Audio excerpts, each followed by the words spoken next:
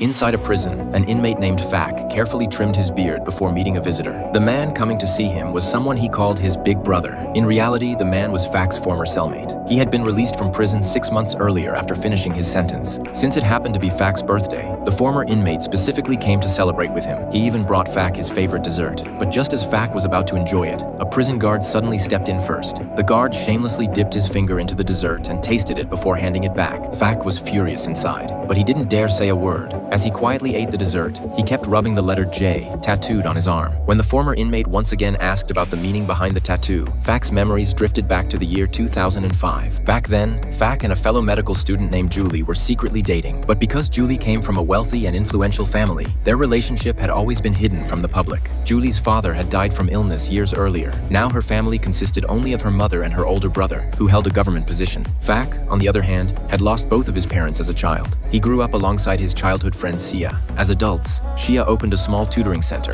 and Fak had been living there ever since. To express how deeply he loved Julie, Fak even tattooed the letter J onto his arm. But everything changed forever on the night of Julie's birthday. That evening, Julie and her family went to a temple to pray. During a brief opportunity, with Shah helping keep watch, the two lovers secretly met in private. Julie promised Fak that she would sneak over to the tutoring center later that night to see him, and Fak excitedly told her that he had prepared a special birthday gift just for her. But unexpectedly, Sia somehow got into a fierce argument with Julie's older brother while standing guard. Because of that conflict, Fak never got to see Julie that night. Instead, Julie's brother showed up looking for revenge against Shia. The moment Fak heard Shia screaming for help, he rushed outside. But before he could react, someone struck him from behind. After witnessing Shah's brutal treatment, Fak exploded with rage. He broke free from the people restraining him. In a fit of anger, he beat Julie's brother to death with his bare hands. And Julie arrived just in time to witness the entire scene. After the incident, Sia suddenly vanished without a trace. Julie later testified against Fak at the police station. She claimed that Fak had attempted to sexually assault Shia. According to her story, her brother had only stepped in to stop him, and Fak had then beaten him to death. Even more shockingly, Julie insisted she had never even known Fak personally. As a result, Fak was sentenced to life in prison without any surprise. He ended up spending 13 long years locked behind bars. This visit from his former cellmate was not only for his birthday. The man was also there to help carry out Fak's escape plan, because Fak wanted revenge against Julie. At the time, the viral outbreak across the country had reached its most devastating stage.